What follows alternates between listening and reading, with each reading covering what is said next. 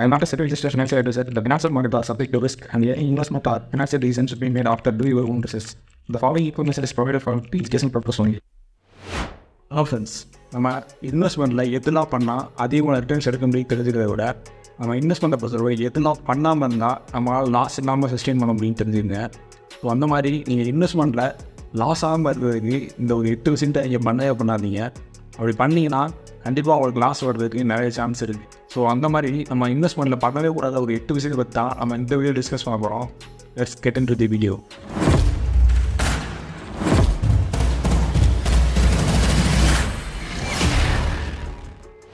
வீடியோக்குள்ள போகிறதுக்கு முன்னாடி உங்களோட இன்வெஸ்ட்மெண்ட் ரிட்டர்ன்ஸை அதிகப்படுத்துறதுக்கு எதெல்லாம் இன்வெஸ்ட் பண்ணலான்னு சொல்லி ஆல்ரெடி ஒரு வீடியோ போட்டிருக்கேன். அந்த வீடியோட லிங்க் டிஸ்கிரிப்ஷன் இருக்குது, நீங்கள் செக் பண்ணிவிட்டு இந்த வீடியோ கண்டினியூ பண்ணுங்கள். நம்ம ஃபஸ்ட்டு பார்க்க போகிறது don't investing in things they don't understand. அதாவது நீங்கள் ஒரு விஷயத்தில் இன்வெஸ்ட் பண்ண போகிறீங்க அப்படின்னா அது எதுனாலும் இருக்கலாம். ஒன்று கிரிப்டோ, இல்லை ஸ்டாக் மார்க்கெட், இல்லை மியூச்சுவல் ஃபண்ட், எதாக இருந்தாலும் நீங்கள் ஒரு விஷயத்தில் இன்வெஸ்ட் பண்ண போகிறதுக்கு முன்னாடி அதை பற்றி உங்களுக்கு கரெக்டான ஒரு அண்டர்ஸ்டாண்டிங் இருக்கணும். அப்படி உங்களுக்கு புரியாத விஷயத்தை நீங்கள் இன்வெஸ்ட் பண்ணுறீங்க அப்படின்னா அதில் அதிகமான ரிஸ்க் இருக்குதுன்னு தெரிஞ்சுங்க. கண்டிப்பாக நீங்கள் அதில் லாஸ் ஆகிறதுக்கு நிறையா பாசிபிலிட்டி இருக்குது. ஸோ நீங்கள் எதில் இன்வெஸ்ட் பண்ணுறதா இருந்தாலும் அதை பற்றி டீட்டெயில்ஸாக அனலைஸ் பண்ணிவிட்டு அதை பற்றி நல்லா அண்டர்ஸ்டாண்ட் பண்ணிவிட்டு அதுக்கப்புறம் நீங்கள் இன்வெஸ்ட் பண்ணுங்கள். அதை நீங்கள் எப்பயுமே ஃபெயில் ஆக மாட்டீங்க. நீங்கள் எந்த ஒரு விஷயத்தையுமே உங்களால் புரிஞ்சுக்க முடியாத விஷயத்தில் நீங்கள் எப்பயுமே இன்வெஸ்ட் பண்ணாதீங்க. அது வந்து உங்களுக்கு என்றைக்குமே ஆபத்து. உங்களால் எதை புரிஞ்சுக்க முடியுமோ, எதை அண்டர்ஸ்டாண்ட் பண்ணிக்க முடியுதோ அதில் போட்டு இன்வெஸ்ட் பண்ணுங்கள். அதுதான் உங்களுக்கு நல்ல ரிட்டர்ன்ஸ் கொடுக்கும்.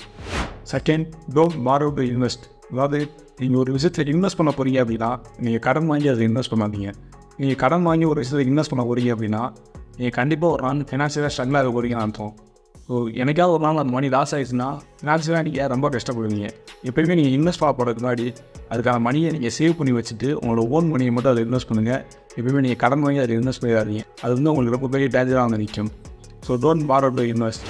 Third one, don't put all your eggs in one basket. அதாவது உங்களோட மொத்த முட்டையும் ஒரே பாஸ்கெட்டில் போட்டு வைக்காதீங்கன்னு சொல்கிறாரு.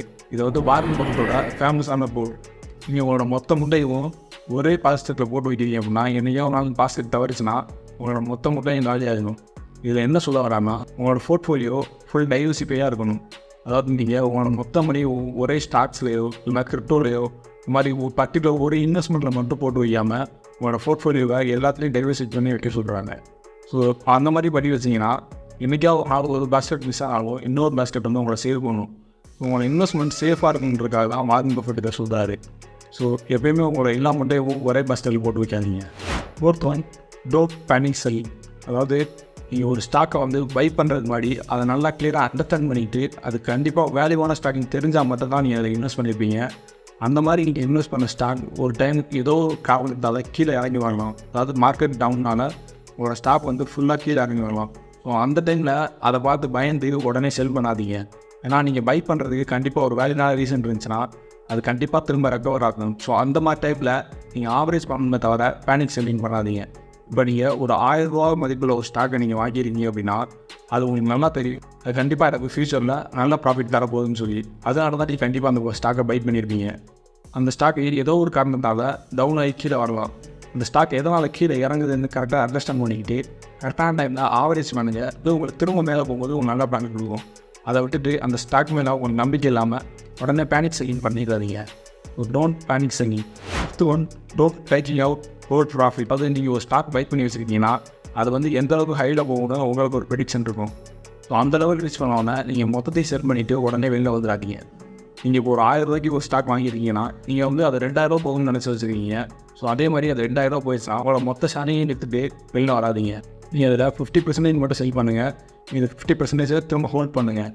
ஒரு விஷயம் மட்டும் தெரிஞ்சுங்க, இந்த உலகத்தில் யாராலையுமே ஒரு ஸ்டாக்கோட மாற்றத்தையோ டாப்பையோ கேஸ் பண்ணவே முடியாது. அப்படி ப்ரெடிக்ட் பண்ணுறாங்கன்னு சொல்கிறாங்கன்னா நீங்கள் நம்பாதீங்க. நீங்கள் வாங்கி வச்சுருக்க ஸ்டாக் நீங்கள் நினச்ச லெவலில் அடைஞ்சிச்சுன்னா அதில் வந்து 50% மட்டும் செல் பண்ணுங்கள். நீங்கள் 1000 ரூபாய்க்கு வாங்க ஸ்டாக் 2000 ரூபா போகணும்னு டிசைட் பண்ணி வச்சுருக்கீங்க. அதே மாதிரி அது 2000 ரூபா போயிடுச்சு. ஸோ இந்த டைமில் நீங்கள் மொத்தத்தையும் செல் பண்ணாமல் ஒரு 50% மட்டும் செல் பண்ணிவிட்டு 50% ஹோல்ட் பண்ணுங்கள். திரும்ப மேலே போச்சு அப்படின்னா திரும்ப நீங்கள் 45% செல் பண்ணுங்கள். ஸோ இந்த மாதிரி ஒரு ஆவரேஜ் பண்ணி நீங்கள் செல் பண்ணிட்டே போனீங்க அப்படின்னா, ஏன்னா மார்க்கெட் வந்து எப்பயுமே ஒரே டைரெக்ஷனில் மேலே மட்டும் போயிட்டு இருக்காங்க. கண்டிப்பாக மேலே போச்சு அப்படின்னா திரும்ப அது கரெக்ஷன் எடுத்து கீழே வரும்.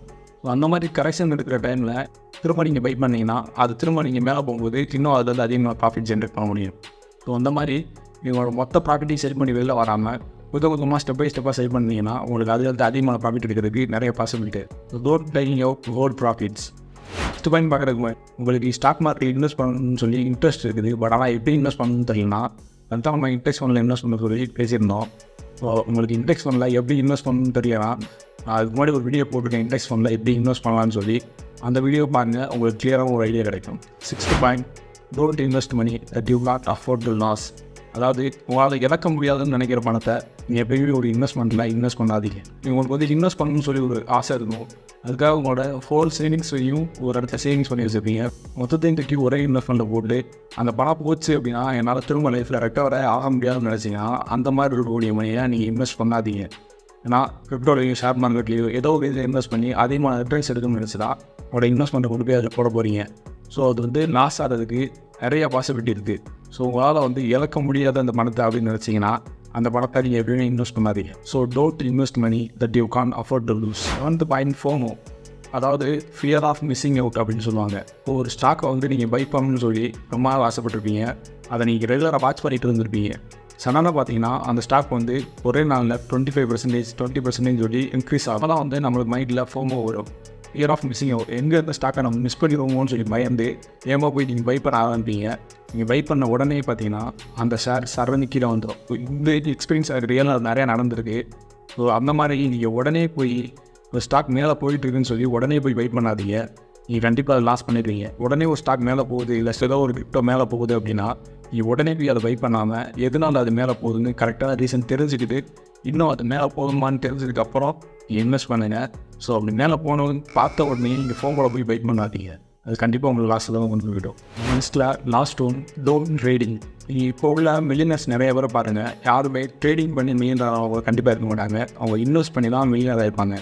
அப்படியே நீங்கள் ட்ரேடிங் உள்ள மிகப்பெரிய மில்லியனரை காட்டினாலும் அவங்களுக்கு ட்ரேடிங் மட்டுமே அவங்க மில்லியனர் அதுக்கு ஹெல்ப்ஃபுல்லாக இருந்திருக்காது. கண்டிப்பாக அவங்க ஏதோ சைடு எஃபெக்ட் இருந்திருக்கும். இன்வெஸ்ட் பண்ணி மில்லியனரான நிறைய பேரை என்னால் காட்ட முடியும். ஆனால் ட்ரேடிங் பண்ணி மில்லியனரான யாரையுமே நம்மளால் காட்ட முடியாது. ஸோ இதுதான் உண்மையான ஃபேக்ட். நீங்கள் கேட்கலாம், அப்போ ட்ரேடிங் பண்ணி ப்ராஃபிட் ஜென்ரேட் பண்ண முடியாது அப்படின்னு சொல்லி. கண்டிப்பாக பண்ண முடியும். பட் அதுக்கு உங்களுக்கு கரெக்டான டெக்னிக்கல் நாலேஜும் கரெக்டான எக்ஸ்பீரியன்ஸும் இருக்கணும். அப்படி இருந்தால் மட்டும் உங்களால் ப்ராஃபிட் ஜென்ரேட் பண்ண முடியும். பட் ஆனால் அதுலேருந்து வரக்கூடிய ப்ராஃபிட் கன்சிஸ்டண்டாக உங்களால் பண்ணுறது ரொம்ப கஷ்டம். அதே மாதிரி உங்களோட இன்வெஸ்ட்மெண்ட்லேருந்து வரக்கூடிய ரிட்டர்ன்ஸையும் எடுத்து ட்ரேடிங் பண்ணாதீங்க. ஏன்னா நான் இந்த மாதிரி என்னோடய இன்வெஸ்ட்மெண்ட்லேருந்து வந்து கிடச்ச ரிட்டர்னை வச்சு ட்ரேடிங் பண்ணி என்னோடய பர்சனல் லைஃப்பில் நான் நிறைய லாஸ் பண்ணியிருக்கேன்.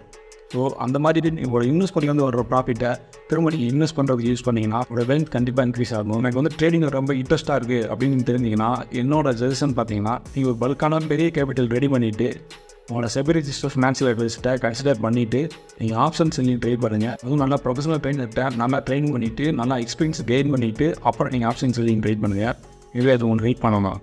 பட் மற்றபடி நீங்கள் ஒரே ட்ரேடில் 10% ப்ராஃபிட் எடுக்கிறேன், 20% ப்ராஃபிட் எடுக்கிறேன் அப்படின்னு சொல்லி யாராவது சொன்னாங்கன்னா நீங்கள் அதை அடைச்சி நம்பி ஏமாந்துடாதீங்க.